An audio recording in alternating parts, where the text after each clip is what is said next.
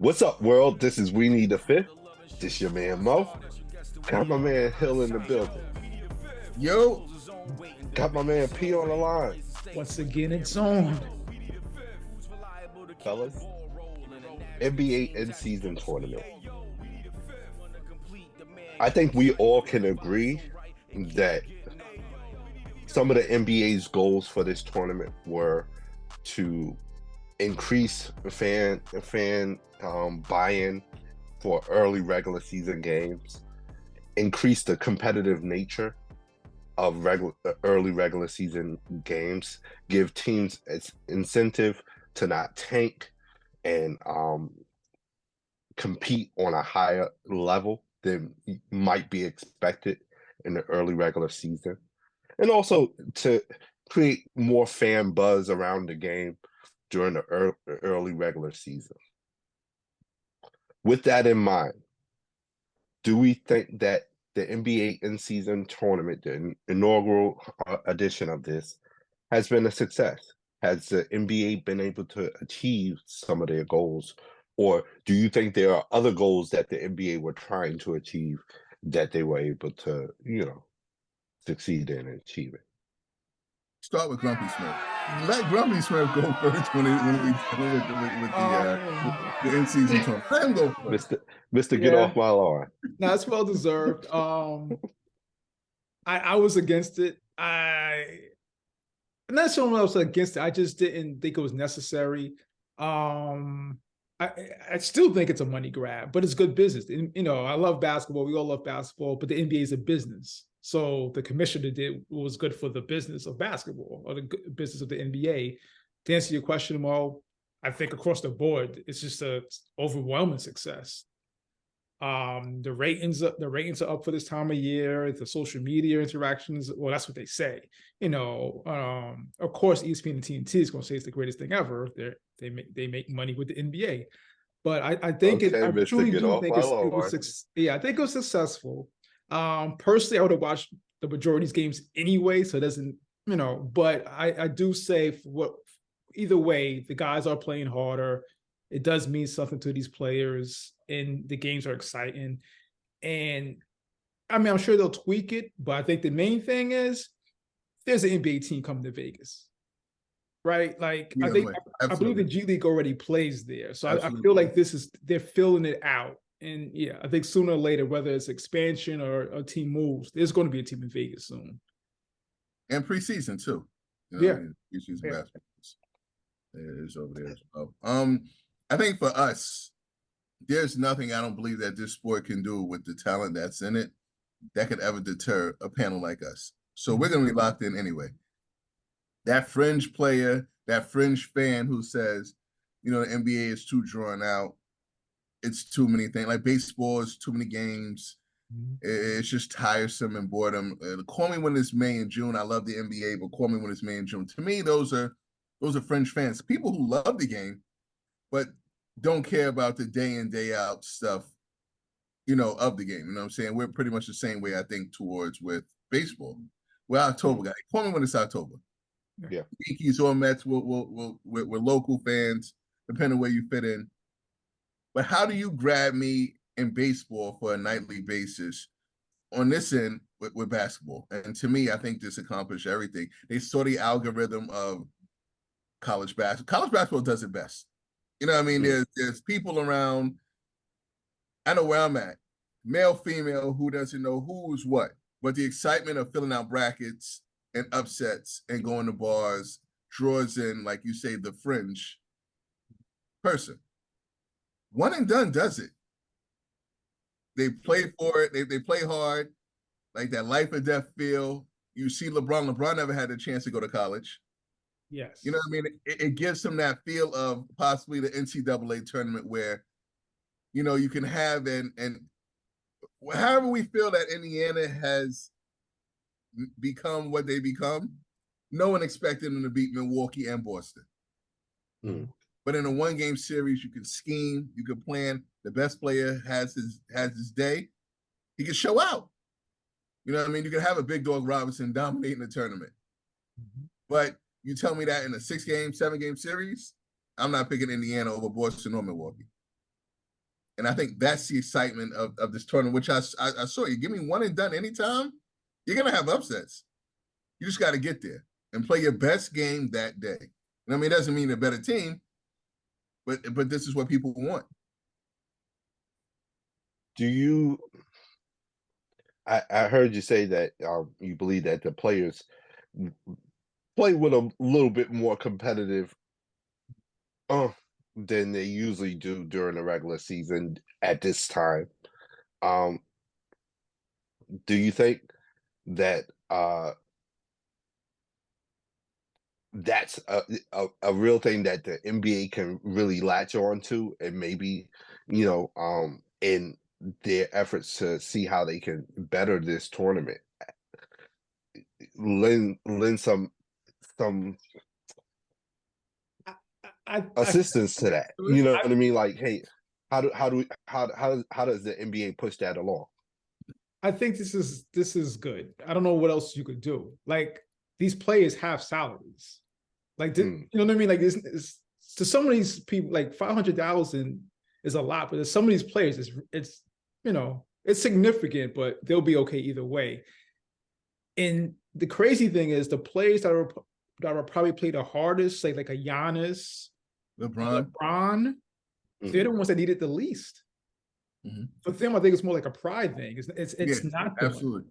And maybe it's getting the money for the lesser players or the lower paid players on your team. You know what I mean? But LeBron is out here taking charges. Like I think he'll hit it on the nose. This is his NCAA that he never had. This is his March Madness that he was never able to play in. But as far as the NBA, I have an issue with how do we make the players play harder? It's basketball. You play to win anyway. I understand not everybody thinks the same, but like I said, it works its way out. And that's why I love the playoffs so much, because all those guys was like, oh, about the time the players come, they're not ready and they get sent home, while your LeBron and your Giannis advances in the playoffs. So I don't know what else they could do to make them play harder, but it's working right now as we speak in real time. To your point, Pete, you say you really love stars during the playoff time. Was this tournament able to give you some of that feeling as far as the effects of this tournament? Did it accomplish the goal of giving you that effect, that playoff feeling, atmosphere, that competitive, you felt like, hey, the players have juiced up their competitive order, whatnot? Did it have that effect for you? Yeah, like Hill said, and I wouldn't even compare it to the playoffs. I think he hit it on the nose. It's March Madness. It's the NBA's answer to March Madness. And as far as a star, obviously it's Haliburton. Like, we know what Giannis and Tatum and LeBron, they already has been established, but I think this definitely showcased Tyrese Haliburton. Like, hello world. If you didn't know before, you know now. Yeah, I think that, to piggyback on P, I think that's what's going to have to bring out the lesser of the stars to take that next jump. I think will be this tournament to showcase someone like a Tyrese Haliburton. Where I do fear is that it's the inaugural, so everyone wants to win the very first tournament. 3-4 years down the road, give me the incentive to winning this tournament. That's where I'm stuck at. You know what I mean? Like, what makes, unless it's money, you jump the price up each year, because if you're telling me it's still going to be 500,000 to 250,000, year 4 or 5, you might have some problems. You know what I mean? You might have people saying, like, it's not as important as it is to me, you know what I mean, to win this in-season tournament. I'm hoping against that, but the first year buzz to me was always going to be the very first winner of this thing, and I think LeBron wants to make his stamp on that. How do you keep this sustainable for years to come down the road? Yeah, like I said, go ahead, Mo. Go ahead. No, like I said, full disclosure, I was not with this at the beginning. You know what I mean? But it is what it is. It's the games are great. I can't go against it. But I think in another 5 years, they might, like he'll say, they might have to do a winner takes all. Because I think like every round you get a certain amount of money. Right. So if they make it like put that whole pot, that winner gets the entire pot, I think 5 years down the line, they might have to do something like that. They have to tweak it. Yeah. All right, to that line of thought, how can they make this tournament better? Or should they look to be making this tournament better? I don't think they need to now. I think moving forward, they may. We'll see if the interest weighs by the fans or even the players. But right now, I don't know what else you could do, bro. You know what I was thinking of? They always complain. I know a lot of players say, Rasheed Wallace used to say, where does my tech and fine money go? What pocket does he go to? Full transparency, with the techs, the suspension money, and a prize pool that you put into it, and you put that in all together as a pot where it goes back to the players, and it doesn't seem like the league is taxing you guys and you don't know where the ends don't justify the means. And it's like, all right, all this money is put into a pot, and then you get to play for it. That'll stop y'all from acting up, or that'll incentivize y'all to play for that money that's at the end. You guys know I pretty much bought all in to this in-season tournament. I thoroughly enjoyed it.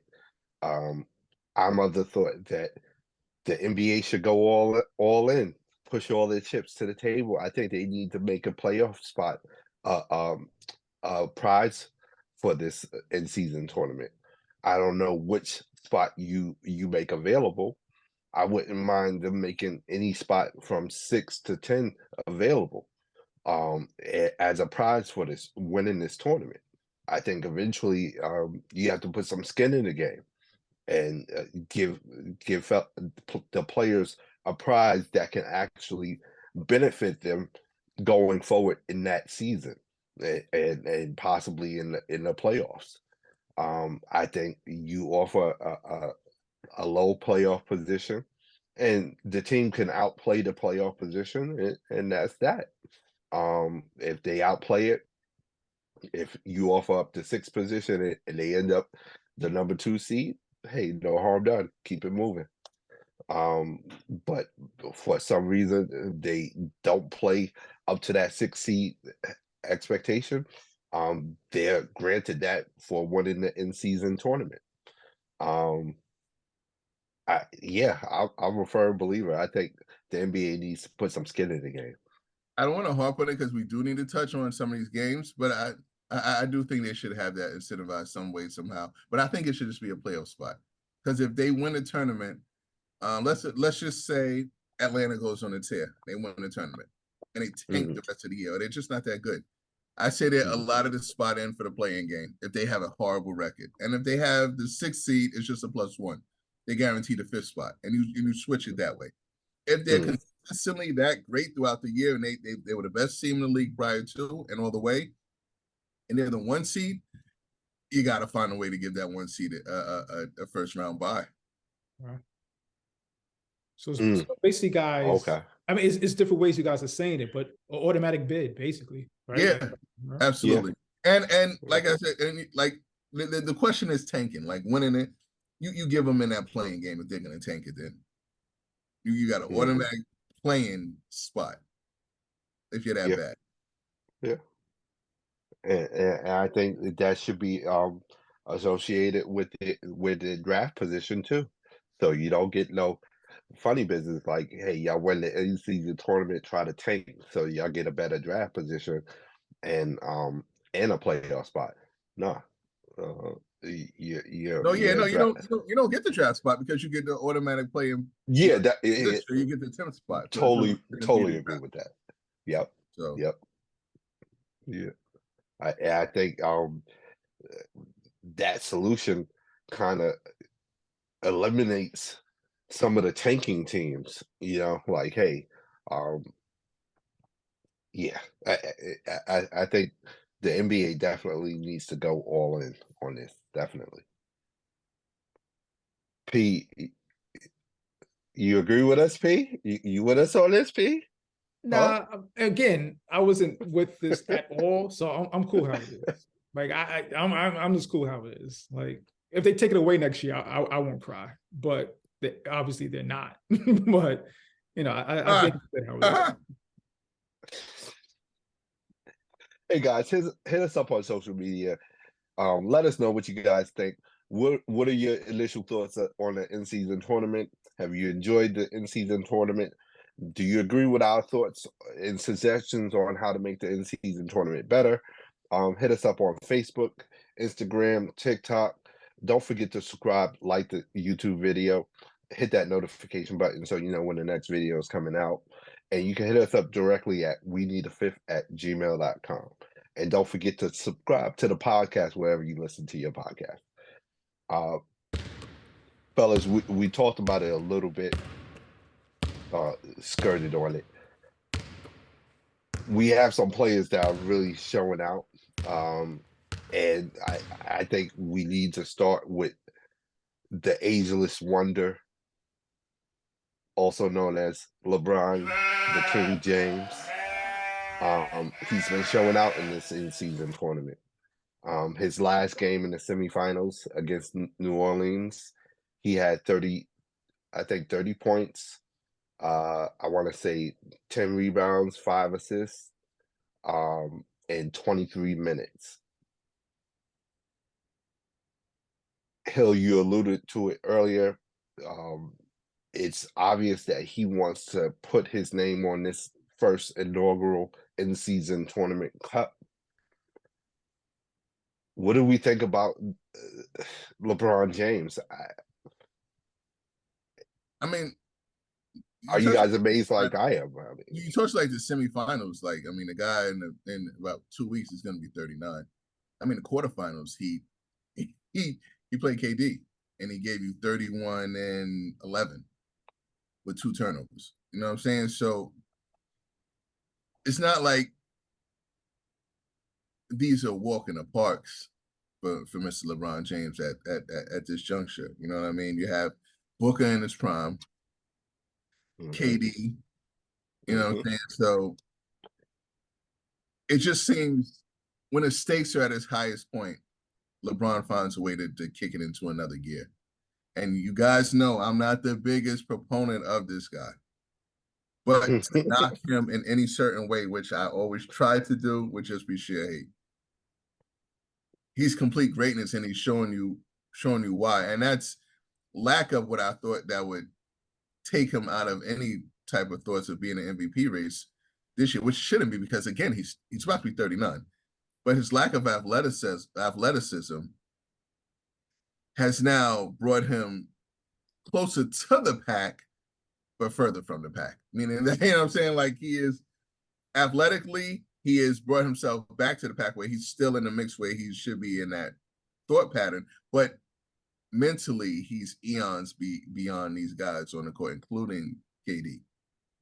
He's just like Pete touched on the play, just the smartest guy on the court at any given moment. And he just knows where and how to win. So kudos for him playing 12 for 25 in the quarterfinal games. When they needed it, that game went down to the clutch. Controversial play at the end, but you got to put yourself in position to win, in which they did. And again, you know, we'll touch on the semifinal game, but I don't want to just jump over what he did just to get to that game. So, hey, yeah, echo everything Hill said. Again, it's not even just the in-season tournament; it's the season. This is 21st year. It doesn't make any sense. That's ridiculous. You look at guys like Dirk, Vince, the Jordan. great Abdul-Jabbar. What do you say, Hill? Jordan, like this is ridiculous. Like, this would be a peak season for most Hall of Famers. Mm-hmm. He's doing this in year 21. So whatever I thought of him already, he just continues to reinforce it. Like, I don't want to get into that thing, but be that guy. But yeah, he's clearly like the second best player I've ever seen.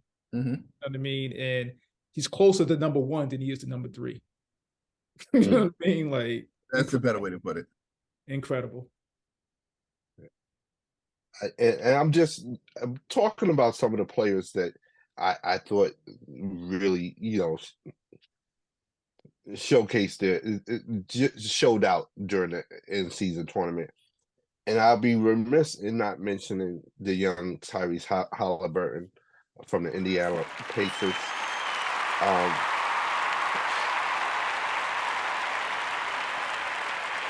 What can I say about him? I mean, this kid is taking the Indiana Pacers, at least in the in-season tournament, to an undefeated record. And his assist to turnover ratio is ridiculous.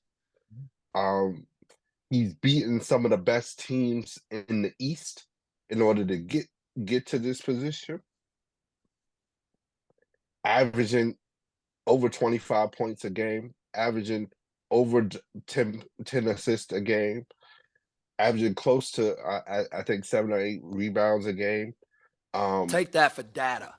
The kid has been ridiculous. I mean, last 2 games he has no turnovers. Am I the only one that says that Mr. Haliburton has arrived? I mean, I had to Google the word ridiculous. I don't know if it'll be 28 assists to no turnovers. I don't know if that would be a good enough word for ridiculous. 28 dimes, no turnovers. Oh, it's impossible. Yeah. I think that's probably the word I'm looking for. It's impossible. We saw glimpses of it in FIBA. I mean, how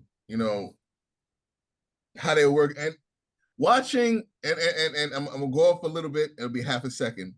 Watching Anthony Edwards, Tyrese Haliburton, Paolo Banchero, how they stepped up their games, and what Golden State is doing. Steve Kerr, we might need to have a talk.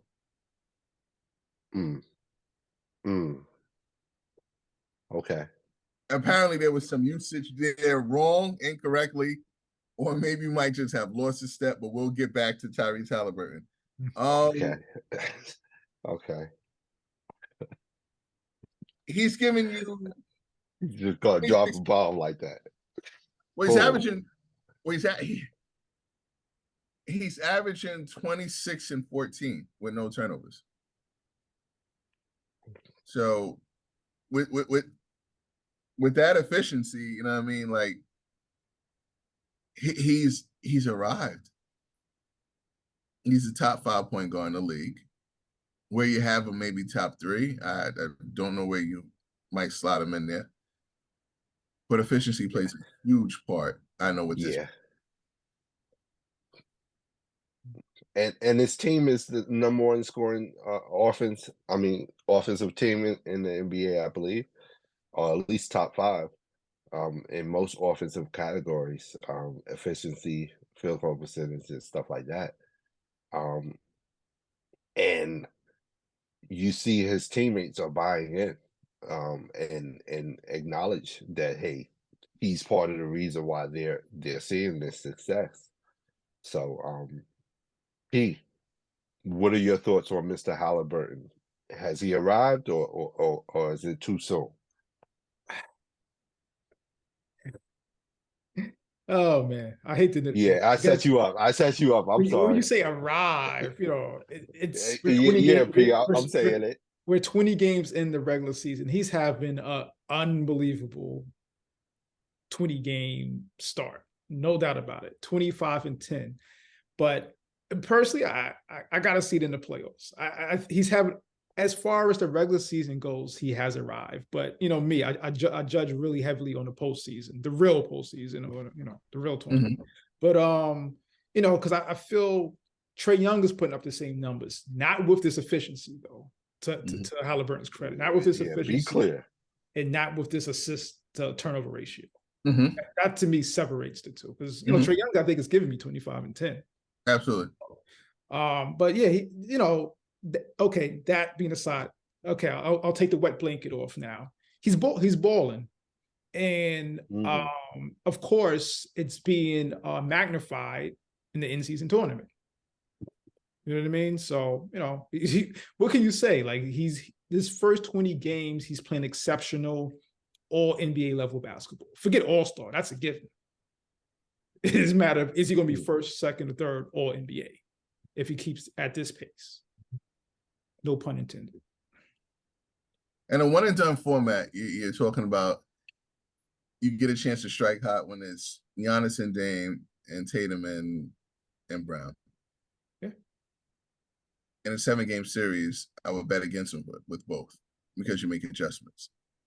I don't want to jump out the window with Ty, but for what it's worth for him doing within the tournament, he's nothing less than spectacular.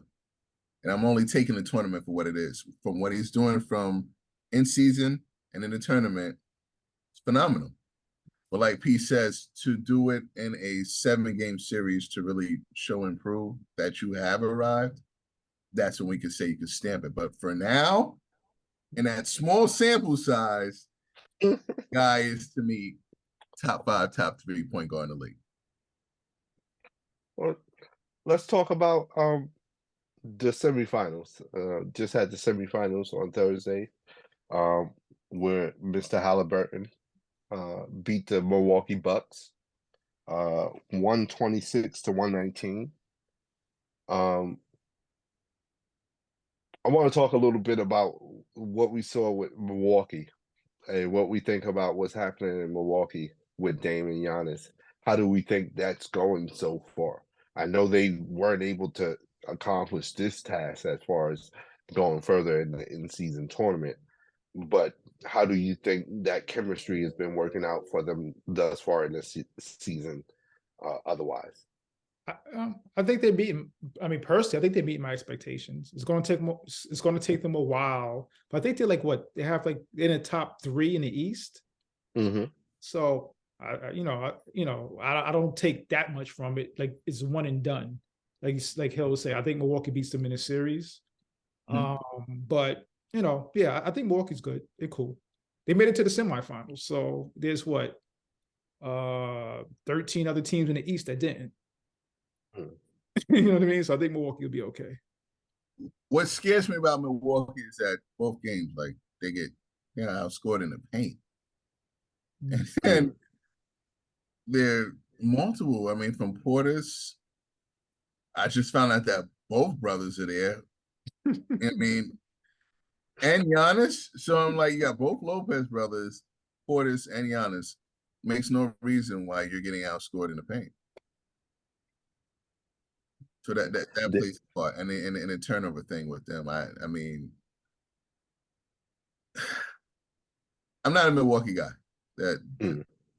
So when that time comes, I guess for the playoffs, I get a little bit more detailed. But it should be a better showing with Dame and Giannis as of now from a fine-tuning standpoint. But like you said, it's only 20-some games that they're into the season. They never played with each other, of course, so it's time to get adjusted. What do you guys think of the new coach out in Milwaukee and the jobs he's done so far? I was going to say he's doing a pretty good job, but Hill did bring out stuff that should have been a glaring thing. They're tall. I mean, what is it? Miles Turner and Obi Toppin, maturing.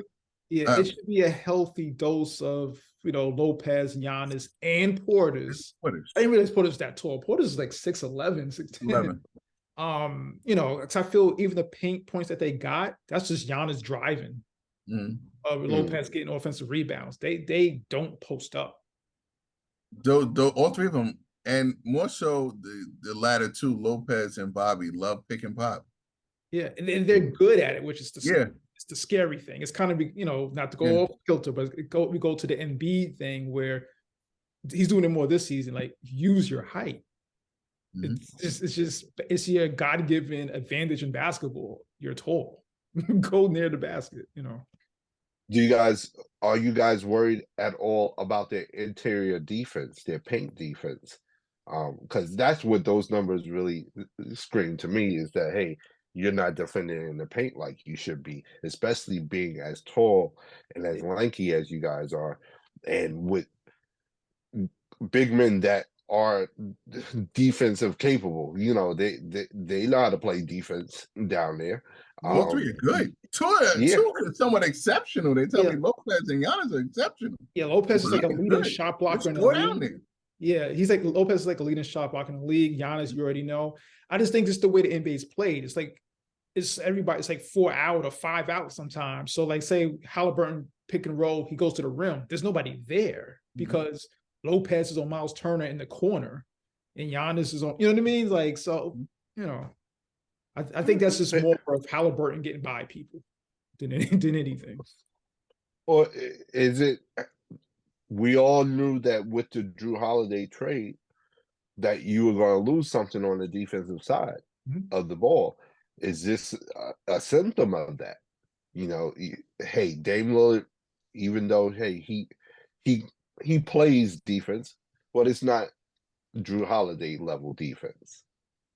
Drew got me a chip, so I can't not Drew. He got me a chip, so, and Dame has never got that. But I think Dame's going to win more games with his offense than Drew would win with his defense. With that being said, Drew has a chip, so I got to be careful. Right. But I would choose Dame any time, as you showed they would too. Yeah. With Indiana, we talked about Haliburton, but we got some gunners there. Turner, Buddy Hield, even Brown from the Nuggets way back. I think he's on that squad as well. I know you guys are saying that you wouldn't bet on this team for a 7-game series, but if they keep on developing the way they are, and it seems that their lack of defense is more so they're willing to give up layups and dunks as opposed to not defending the 3-point line, because it seems like they are willing to jump out on 3-point shooters. Do you think if they continue on this trajectory that they can be a team that the traditional Eastern Conference powers have to worry about? Yeah, you know, I'm down in Indiana more because I'm stubborn, and they're gonna have to force me to believe it. Do they have the firepower to win a 7-game series versus anyone in the East? Yeah, they do, but I have to see it. I'm one of those. I don't want to say Indiana's playing so well then I choose them, but they have a heady point guard who doesn't give up the ball. Miles Turner defense, Obi Toppin, maturing. Even Nate Smith, he has a gripe against Boston, and he plays out of his mind. You know what I'm saying? Brown, they have gritty, gutty, they have shooters. They play the game correctly, as Indiana always did. I just didn't like them. So let's see. You know what I mean? Let's see. And they tell me that coach knows what he's doing, and he's done it before. So let's see. He has underneath his belt already, correct? So now it's time to show and prove. And you know, Knicks can't be too upset because they have Brunson, but they did pass up on this guy too as well, correct? And Carmelo said that's the guy he wanted to be in a Knicks uniform. So there's something special about this Tyrese Haliburton kid. Typical Knicks. They wanted him, but they got Obi Toppin, and now they both on the same team. Typical. Now he throw an alley-oop at Obi Toppin. Typical Knicks. Knicks gonna be upset though. They got a good one over there in Brunson. But I mean Indiana has they like P says, they start winning series, then let's talk. I don't know what it's in now. What is it, Conseco? That's one, right? Is it the Field House? I don't know. Well, listen, quietly, that's one place that jumps over there in Indiana. Like I look at Seco for the house, but I don't know what Don't it is. sleep. Don't sleep. That's an exciting fan base, and they deserve it. All right.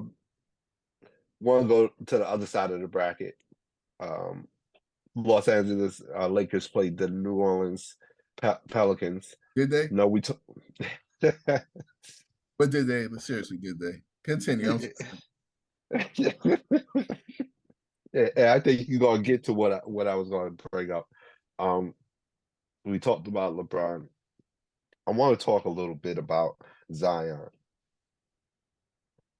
I know we've all admitted that, hey, Zion is an extremely talented individual, has the potential and the ceiling of a superstar, all-time great.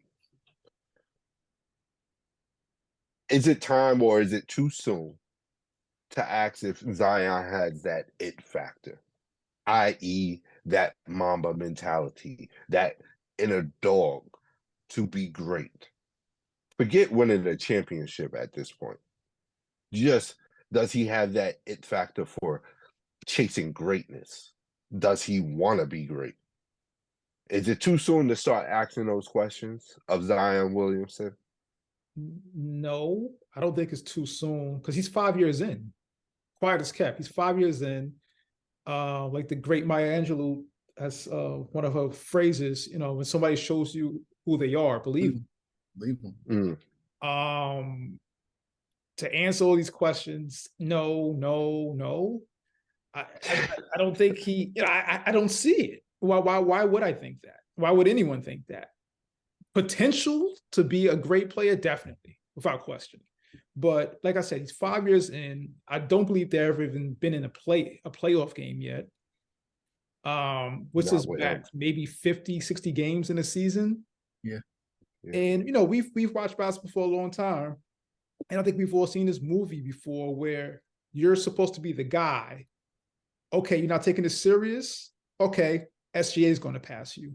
Mm-hmm. Anthony Edwards is going to pass you. Tyrese Haliburton is going to pass you. Trae Young, you know what I mean? Luka Doncic, I think it's only like a year difference. John Morant. So he has potential to be a top 10 player. Right now, he might maybe be top 30, maybe. You know what I mean? I'm at the point now, I don't think he's the best player on his team. Yeah. And now, so see what I'm saying? I said he has potential to be a top 10 player in the NBA. He's not the best player on his team. Yeah.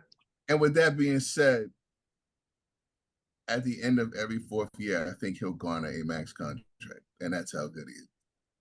I think you get all his money every time he gets to the end of his contract. And that's the talent we're talking about with Zion. As bad as we say, 50 games, all his potential, when it comes down to it, someone will think that they can strike a match in him and him being who he possibly. He's immensely talented. But how far do we go with that immensely talented? And do you want to even deal with it? As a GM, I would try to shy away from him. I would try to shy away from him because if you ever unlock them, your team's winning the championship. And I don't want to seem so cold-hearted because I know he's dealing with injury problems. You know what I mean? Like that's just you can't control. Sometimes that's just bad luck, whatever. But my thing is when you say the mama mentality, first of all, half these dudes they try to put this mama mentality on. I don't even understand it, but it's maybe like 5 people that have ever been on Earth that has that type of mentality to me. But right. Zion, his weight, like if you wanted to be great, I just feel he would have took better care of his body. That's it. Like he's clearly overweight. Clearly, like I don't know if no one says it because it's like body shaming or whatever, but he's clearly overweight, and I think that exacerbates his injuries. Like, dog, he's fat. Yeah. I like Zion. I do. I wish him the best. He's a young, talented dude, whatever. But come on, this is tough love right here. He's fat. Yes. He needs to get in shape. Couldn't agree more, yo. Couldn't agree more. That's it. Like, that's what it is. It's not my opinion. Look at him. And tell me that's basketball shape. Now I know a lot of pundits have said that they believe that Zion doesn't want to play in New Orleans in particular. He doesn't To play. that point, do we think that a change of scenery can change his attitude or change his approach to the game? Like No. a lot of people believe that, hey, if he made a move to the New York Knicks, that he would be a better player, and that's where he really wanted to be, is in New York. Do we think a move to New York or a major market like that would change his approach? I'm sorry. I truly feel Knicks fans put out that story. Yeah. No, I don't think it makes a difference, bro. Like it's him. It's you gonna blame New Orleans for him being overweight? Yeah, I think climate and money only accentuates your faults. You know what I'm saying? He has more access in New York. I think you'll see a more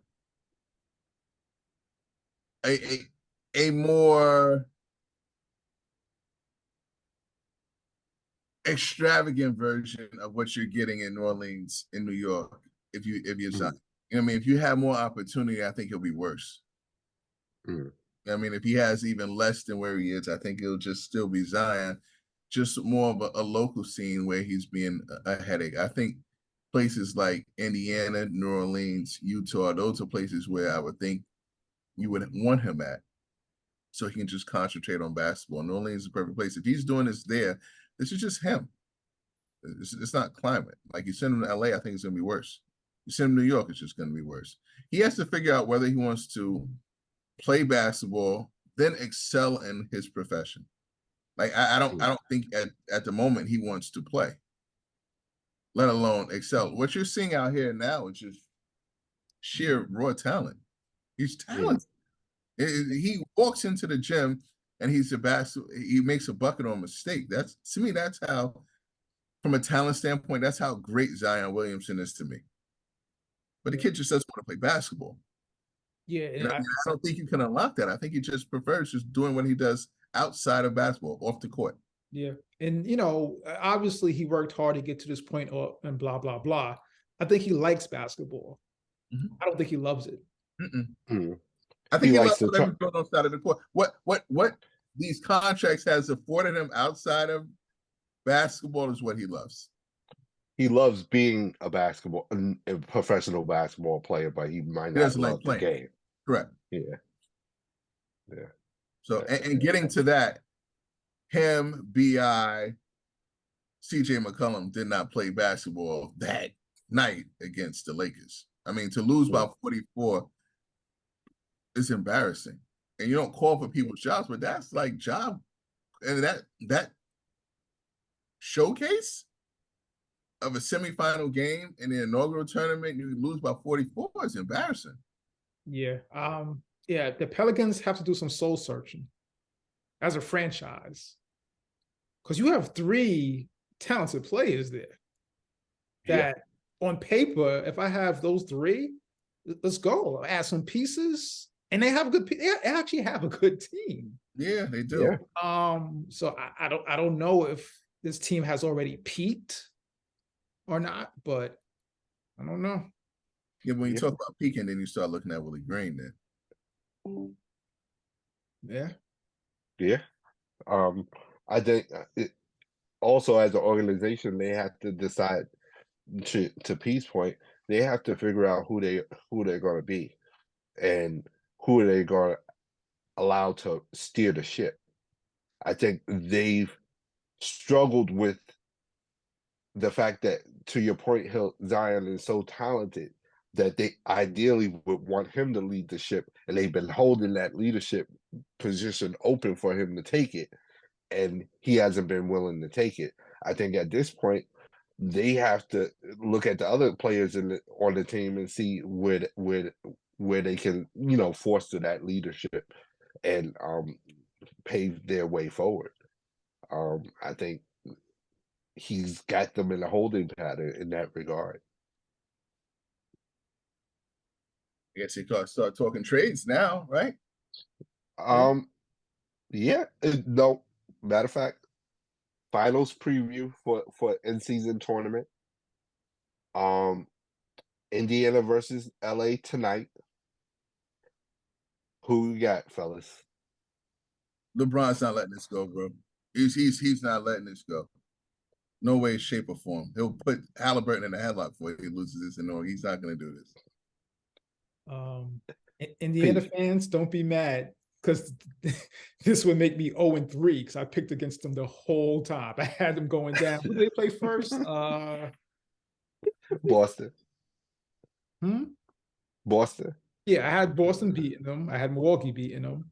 I got LA beating them. And I understand it's a one game knock. Indiana definitely could win. Give me LA. All right, let me get point totals. They got the game at 240.5. I'll go under. Over under on that. I'll go under on that one. I go under because I feel like LeBron can control the pace. All right. These 2 games too, which is important. Anthony Davis is giving you 15 rebounds per game. Yeah. And 10 of those are defensive rebounds. So he's cleaning up the glass and skewing second chance points. Part of me wants to just be the contrarian and pick Indiana because you guys picked LA. Right. But I'm finding it hard to do that. But I am going to pick the over. I think they are going to go over 240.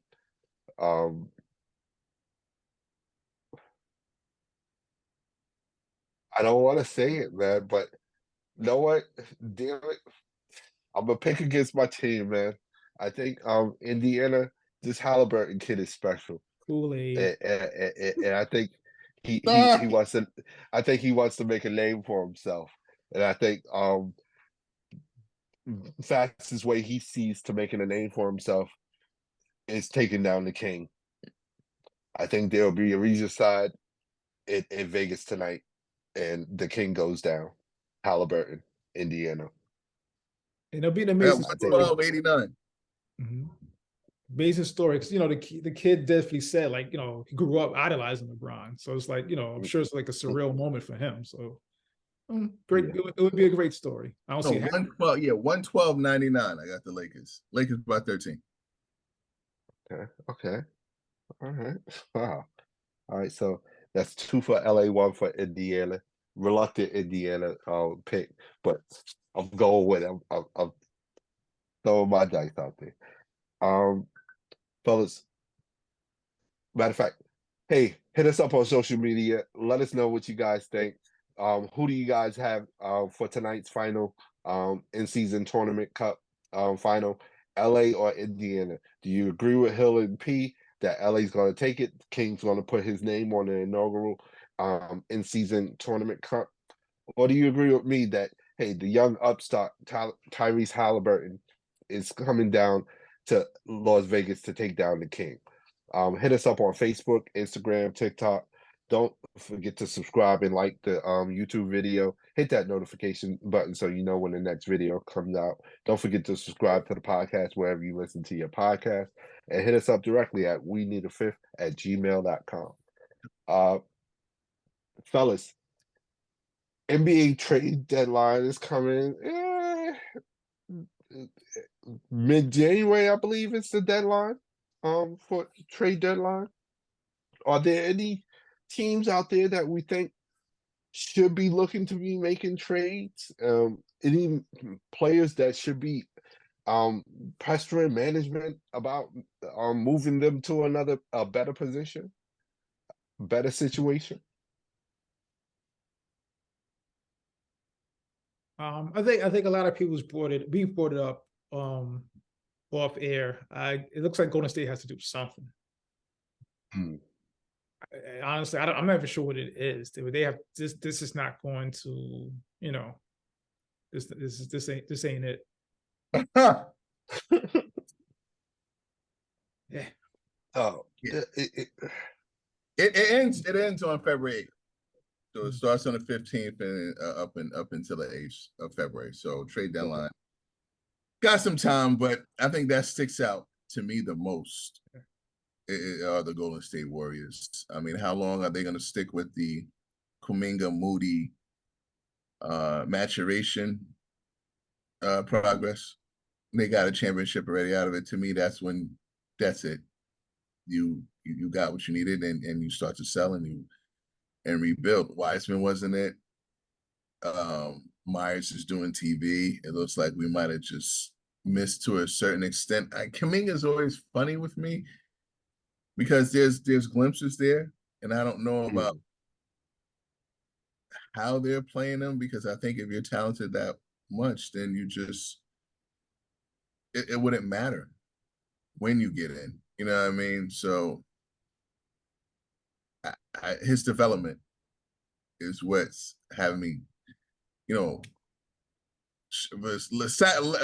sake of cliches, got me over the mountain to say it might be time for them two guys to go. And what we'll want to get from them is, to me, I'm looking over there, and like I said, in Utah, I want Markkanen on this team, but I got to find a way to get Clay out of here as well. And I thought that's where you were more leaning toward, because I think for Golden State, because I agree with you, I think a move needs to be made. And I think the hard decision needs to be made of what to do with Klay Thompson. And I think at this point, if you can get any value for him, you need to really strongly consider moving him on, and especially if you can get anything comparable to what he used to bring you. If you can get a DeRozan for Clay. I doubt the Bulls would do that, but if you could get a DeRozan for Clay, hey, listen, I'll take it. If you're adding on to that, sure. If you're adding on to the Moody and the Kuminga and all that stuff, sure. You're going to get DeRozan over there. Absolutely. But 4 championships and playing through a torn MCL and kick him out. I mean, it's a tough one. That's a tough one. That's a tough one. God played on half the team. They got to make it. Yeah, I think you got to. I think you're gonna have to move the young boys, because it just looks bad, bro. And you just signed Draymond. It's like it just looks bad as a franchise. But I'm sorry, fellas. I know y'all. Yeah, I know y'all. And hell, I know you've seen them. Come on, man. I'm not bugging here, right? No, we have, man. What are you gonna do? You got to give him a contract, though. You're gonna give him 3 years. What? 3 years? What? 75? Right, and it's not $75. And he's not the only reason now. Like he's not. No, he's not. He's not. Reason. But I think you want him to finish in a Golden State uniform, correct? That's what you're saying? Gotcha. Yeah. He's done enough. Wow, 2 years, 2 years, 60. And I thought I was the sentimental one, yo. Nah, but you can't give him a 2-year deal. I think you got to give him a 3-year deal. Yeah. Okay, Draymond, because you don't have them all leave at the same time. Mm-hmm. I do 3 years, 30. That's how he's playing right now. No, Mo, you're gonna get something in the lines of 3 years, 90, 3 years, 105. You're gonna give him 30. Oh, 3 years, 30 a year might be on the low end. It's low. You gotta give him 35 and let him understand that he's declined rapidly. You might have to give him 35. You're not gonna give him 40. Yeah. It's tough. It's tough. How about you? I mean, you're not obligated to stay in the uniform for the he don't deserve 20 right now, yo. Come on, y'all. Y'all see? All right. I'm bugging. I get it, P. He should be able to stay in the Golden State uniform. I agree. Another team that I think should make a move, or another 2 teams I think should make a move, are in the East. I think Miami Heat need to make a move, and I think, and this is going to surprise a lot of people, I think the New York Knicks need to make a move as well. I think if they want to get over this mediocrity slump that they're in, that they've been in since the last 50 years or so, they're going to have to make some aggressive moves during the season, and aggressive moves in the trade market, and try to bring another star or another weapon to New York. I think. Well, there's your Chicago fix right there. I mean, they missed out on Donovan. Zach LaVine or DeRozan could go to New York. They needed 2 guards. So there you go. I mean, you're gonna say goodbye probably to Mitchell Robinson. Okay. Oh my gosh. He's an anchor to their defense to let you know. He is. Yo, fellas. But they got picks as well too. So they do have some picks. So they might not have to. I want to push this towards Miami. I just don't know what Miami has to offer to the yeah, and that's the only thing with Miami. They don't have a lot in the cupboard to offer anybody. What's Tyler Hero? What is Tyler Hero like LeBron James? Why is he the focal point of? I understand that's the best thing to give, but who is Tyler Hero to me and Duncan Robinson? What is that? I know this is going to sound a little extreme, but can't you just trade Jimmy Butler? Because how old is now? Seriously, he's in his 30s by now. Stop. No what? He's in his 30s. You can get something for Jimmy Butler. Absolutely. Send him back to Chicago.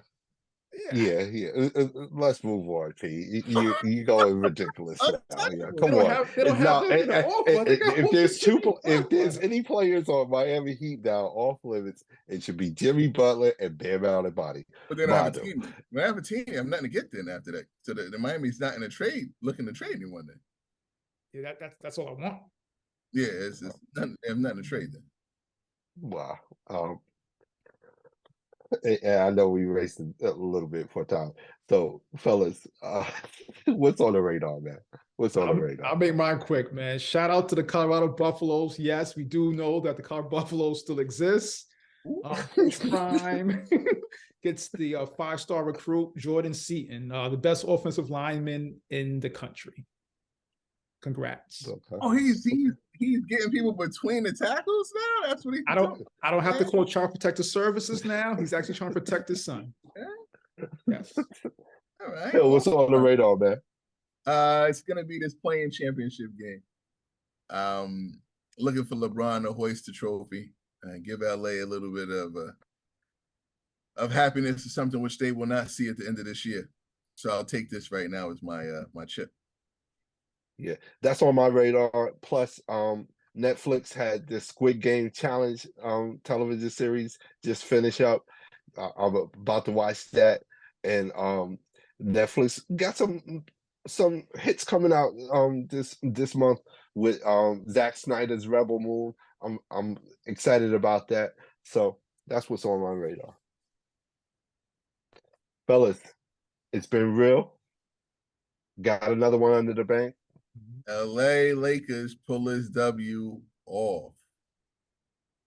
And hey, don't forget to hit us up on social media, Facebook, Instagram, TikTok. Don't forget to subscribe to the YouTube channel. Hit that like and notification button so you know when the next video is coming out. Don't forget to subscribe to the podcast wherever you listen to your podcast. And you can hit us up directly at unionofifth@gmail.com. Fellas. The Seminoles got jobs. Oh, yeah. And welcome back to the evil empire. The Yankees are back. Soto, welcome to New York. Yes, sir. The only good New York team we got, the Yankees. Let's go. The Knicks slander continues. PTR. The what slander? There's no such thing, P.